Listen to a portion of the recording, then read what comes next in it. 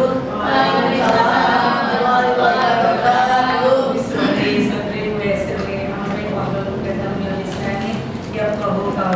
Allahumma sholli ala Muhammad wa ala ali sayyidina Muhammad. Terima kasih banyak. Saya sangat berterima kasih atas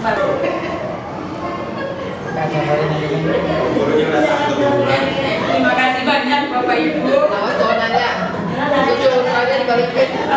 Apa-apa bagaimana? Dikasih pertanyaan dulu. Oh, dikasih pertanyaan dulu. Oh iya.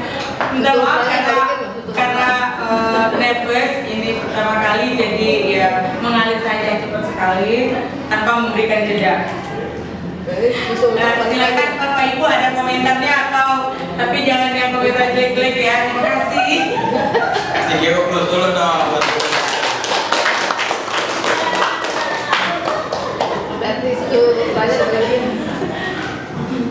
Ya, terima kasih Bu Linda ya, Lindawati yang sudah melaksanakan fintech diferensiasi ya, perbedaan cara kita mengajar, pembelajaran seperti itu. Nah, yang kemarin baru ada undangan untuk matematika dan bahasa Inggris. Tadi diinformasikan bahwasanya insya Allah akan ada lagi fintech yang lain, mungkin pelajaran-pelajaran lain. Ya, nah ini kemarin dilaksanakan di Hotel Millennium Kebon Siri selama 4 hari. Ya, dia tidak pulang, mungkin dapatnya ada yang didapatnya. Ada dapat 900.000. Ya, ada. Ya, dapat lumayan 1 juta. Alhamdulillah. Dan hasil itu. Ya, ini hasilnya. Ya itu ya, jadi ya insya Allah mungkin nanti ya. Ya, ada periode berikutnya.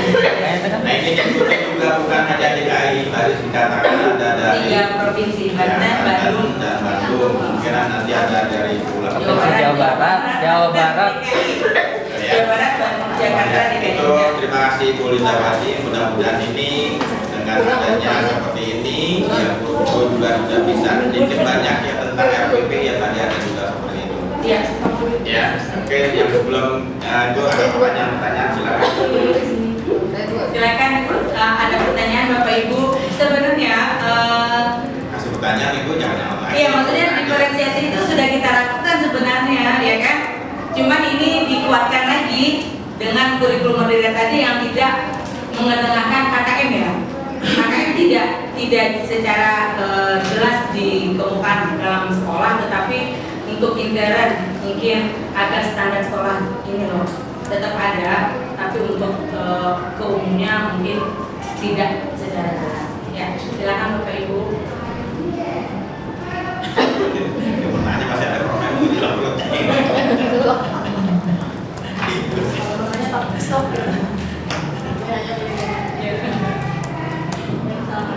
Waalaikumsalam warahmatullahi wabarakatuh.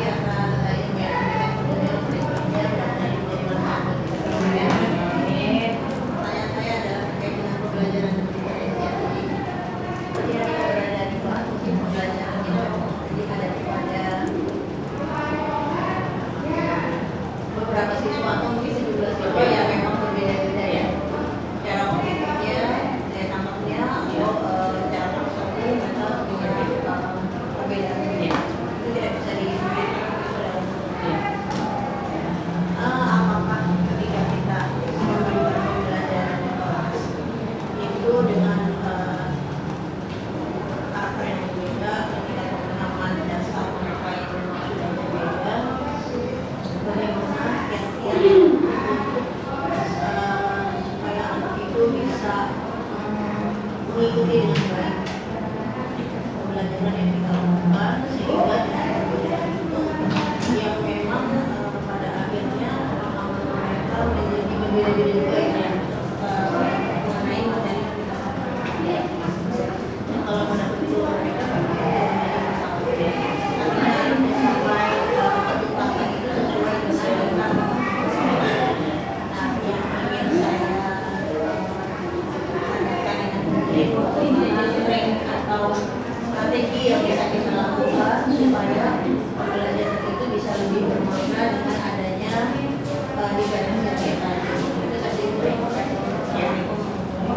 Waalaikumsalam warahmatullahi wabarakatuh. Terima kasih atas share atau pertanyaan dari Bu Elis. Dari asesmen awal tadi, dan memang prinsipnya adalah pembelajaran itu harus bermakna. Apalagi dengan kurikulum merdeka ini benar-benar fokusnya untuk anak. Ya, jadi karena dari asesmen awal kita membagi anak mengelompokkan berdasarkan tabel akademik sesungguhnya, bahwa ini anak yang cepat menangkapnya, menalarnya dari materi yang kita ajarkan. Ini anak yang emang pas sesuai dengan capaian pembelajaran yang kita inginkan. Kalau ini udah melampaui dari kita tadi targetnya katakanlah 10, dia udah 20. Pengelompokan itu tadi memang harus kita praktikkan pelan-pelan. Kalau sesuai dengan kebutuhan pemerintah harus mempush bahwa ini harus berapa sesuai dengan kurikulum mereka misalnya. Nah, yang tadi yang anak-anak yang kurang memang dari sananya, kita tetap memberikan pendampingan. Mungkin yang mahir tadi pendampingannya hanya 30% Ibu. Nah, kalau yang anak-anak setengah-tengah tadi 60% pendampingan dalam pemberian materi pendampingan untuk tercapai. Yang mahir tadi kan bentuknya misalnya dia harus bisa bikin video. Nah, kalau yang tengah-tengah tadi membuat percakapannya aja sudah merupakan produk hasil dari capaian pembelajaran. Untuk yang kurang tidak apa-apa, lebih lama lagi pendampingannya. Pendampingannya mungkin pelan-pelan secara individual. Mungkin secara anak yang kurang itu 2-3 orang. Apa-apa kita tuntun pelan-pelan sampai ia berhasil dengan materi tadi. Jadi proporsional pendampingan memang harus kita berikan agar anak tidak frustasi yang tadi yang kurangi frustasi gitu. Aku tidak bisa kok, harus dipaksa misalnya bikin video, harus dipaksa bikin percakapan yang repot. Bahasa Indonesia aja aku belum mampu untuk membuat percakapan, apalagi di bahasa Inggris misalnya, atau misalnya akuntansi menghitung dan mengkali aja aku masih kebingungan. Sekarang harus balancing neraca misalnya seperti itu. Tetap kita kedepankan dengan tadi bahwa prinsip pembelajaran adalah pembelajaran yang bermakna. Mudah-mudahan share-nya cukup bisa kita jalani dan kita praktikkan sehari-hari ya guys ya. Terima kasih banyak. Yang lainnya Bapak Ibu? Ya, siap Bu. Dan yang silakan berdiri. Ya. Linda, saya ingin bertanya, apakah setiap anak di dalam kelas itu harus tercapai semua KD-nya, ataukah hanya misalnya anak yang memang udah lemah sekali dalam 9 KD, misalnya dalam 1 tahun 5 KD atau 6 KD itu udah cukup untuk dia lulus seperti itu. Terima kasih. Terima kasih Bu Daniatun. Ya, karena dari awal asesmen awal tadi pembentukan anak dengan karakternya, dengan kemampuan kognitifnya, dengan kemampuan motoriknya. Jadi untuk KD pun kita sesuaikan dengan kita sebagai guru mapel. Nah, untuk kelulusan pasti kan nanti ada rapat dari guru-guru. Jadi untuk penguasaan KD atau capaian pembelajaran memang kita tidak bisa memaksakan harus untuk anak yang kurang tadi. Tetapi untuk tadi pembimbingan sekiranya kita masih ada waktu. Dia baru katakan tadinya 5, masih ada 3 dari 9 KD yang kita capaian pembelajaran yang kita harus penuhi. Kalau misalnya ada waktu kita sempatkan. Pun kalau tidak, memang tercapainya 5 KD dan hasilnya akan dirapatkan dalam kelulusannya akan dirapatkan, kita akan putuskan bersama. Jadi merupakan kebijakan dari manajemen sekolah. Sepertinya seperti itu. Ya, mudah-mudahan bisa diterima. Terima kasih Ibu Daniatun. Ada yang lain atau kita cukupkan event ini?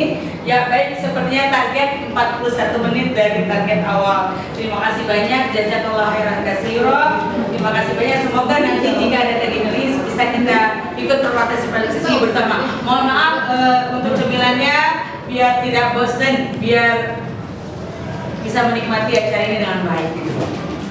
Dengan segala kekurangan Bapak Kepala Sekolah, terima kasih juga untuk support Bapak Sekolah, untuk support Ibu Elis sebagai Wakakut dan Ibu Sri sebagai Wakasis, Bapak Ibu Guru, terima kasih banyak. Assalamualaikum warahmatullahi wabarakatuh.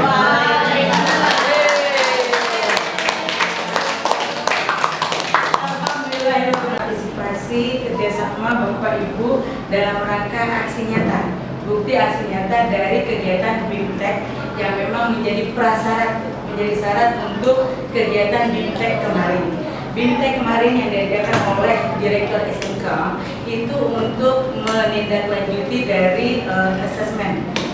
Asesmen itu kan literasi dan numerasi. Numerasi buat matematika, literasi untuk bahasa Inggris. Nah, pendalaman dua hal itu, maka Direktur SMK memberikan BIMTEK untuk guru mata pelajaran bahasa Inggris dan matematika. Untuk gelombang awal, gelombang pertama kemarin, kebetulan SMK kita dengan 50 SMK kemarin, 50 SMK di 3 provinsi, Provinsi Banten, DKI Jakarta, dan Bandung diberi kesempatan untuk gelombang pertama. Semoga mudah-mudahan dari SMK kita terpilih kembali untuk mengikuti gelombang kedua. Amin. Mungkin dari salah satu dari yang produktif ataukah mata pelajaran bahasa Indonesia dan lainnya. Baik, Bapak Ibu, dari BIMTEK kemarin kami diberi pengajaran tentang membuat RPP yang kita sebenarnya sudah belajar itu dari ke hari sesuai dengan profesi kita sebagai guru. Dengan perbedaan kurikulum dari kurikulum KTSP 2006 lalu ke kurikulum 13 lalu sekarang kurikulum Merdeka, sebenarnya kita sudah mempraktekkan hal itu semua, tetapi dalam hal akademiknya, dalam hal payung hukumnya, semua harus ada peraturannya secara hukum. Nah, untuk yang saat ini karena BIMTEK-nya adalah kurikulum Merdeka, yang mengetengahkan adalah merdekanya anak. Kebebasan anak dalam belajar harus benar-benar diketengahkan.